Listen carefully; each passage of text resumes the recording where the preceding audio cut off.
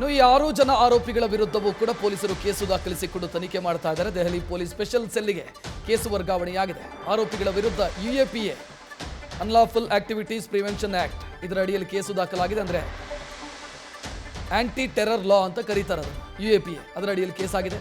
ವಿವಿಧ ಕಾಯ್ದೆ ಮತ್ತು ಸೆಕ್ಷನ್ಗಳ ಅಡಿಯಲ್ಲಿ ಪ್ರಕರಣ ದಾಖಲಾಗಿದೆ. ಯಾವ ಸೆಕ್ಷನ್ನ ಅಡಿಯಲ್ಲಿ ಕೇಸು ದಾಖಲಾಗಿದೆ ಅನ್ನೋ ಮಾಹಿತಿ ಕೂಡ ಬರ್ತಾ ಇದೆ. ಆ ಡೀಟೇಲ್ ಕೂಡ ನಿಮ್ಮ ಮುಂದೆ ಇಡ್ತಾ ಹೋಗ್ತಾ ಇದ್ದೀವಿ. ಮೊದಲನೇದಾಗಿ IPC ಸೆಕ್ಷನ್ 120B ಅಂದರೆ ಕ್ರಿಮಿನಲ್ ಕಾನ್ಸ್ಪಿರಸಿ, ಕ್ರಿಮಿನಲ್ ಸಂಚು ನಡೆಸಿದಂಥ ಆರೋಪ. IPC ಸೆಕ್ಷನ್ 452 ಅತಿಕ್ರಮ ಪ್ರವೇಶ, ಸಂಸತ್ ಭವನಕ್ಕೆ ಅತಿಕ್ರಮ ಪ್ರವೇಶ ಮಾಡಿದಂಥ ಆರೋಪ. ಇನ್ನು IPC ಸೆಕ್ಷನ್ 153 ದಾಂಧಲೆ ನಡೆಸೋದಕ್ಕೆ ಪ್ರಚೋದನಕಾರಿ ಘೋಷಣೆಯನ್ನು ಕೂಗಿರೋದು. IPC ಸೆಕ್ಷನ್ 186 ಸರ್ಕಾರಿ ಅಧಿಕಾರಿಗಳ ಕರ್ತವ್ಯ ನಿರ್ವಹಣೆಗೆ ಅಡ್ಡಿಯಾಗೋದು. ಅದರ ಜೊತೆಗೆ IPC ಸೆಕ್ಷನ್ 353 ಸರ್ಕಾರಿ ಅಧಿಕಾರಿಗಳ ಕರ್ತವ್ಯ ನಿರ್ವಹಣೆ ತಡೆಯೊಡ್ಡೋದು. ಎಲ್ಲಕ್ಕಿಂತ ಹೆಚ್ಚು ಅಂತಂದರೆ ಇಲ್ಲಿ UAPA ಆಗಿದೆ. UAPA ಆದರೆ ಬೇಗ ಬೇಲ್ ಸಿಗೋದಿಲ್ಲ. ಸೆಕ್ಷನ್ 16 ಮತ್ತು 18 ಅಡಿಯಲ್ಲಿ ಪ್ರಕರಣ ದಾಖಲಾಗಿದೆ.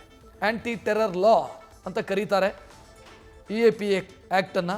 ಅದಕ್ಕೆ ಇತ್ತೀಚೆಗೆ ಒಂದು ತಿದ್ದುಪಡಿಯನ್ನು ಕೂಡ ತರಲಾಗಿತ್ತು. ಅದರಂತೆ ಒಬ್ಬ ಇಂಡಿವಿಜುವಲ್, ಒಬ್ಬ ವ್ಯಕ್ತಿಯನ್ನು ಕೂಡ ಭಯೋತ್ಪಾದಕ ಅಂತ ಘೋಷಿಸೋದಕ್ಕೆ ಸರ್ಕಾರಕ್ಕೆ ಅವಕಾಶ ಇದೆ, ಅಂದರೆ ತನಿಖಾ ಏಜೆನ್ಸಿಗೆ ಅವಕಾಶ ಇದೆ.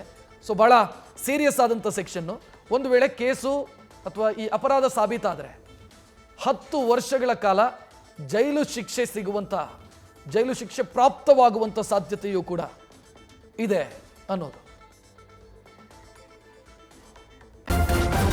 ನ್ಯೂಸ್ ಫಸ್ಟ್ ನಿರ್ಭೀತಿಯಿಂದ ನಿಮ್ಮ ಪರವಾಗಿ.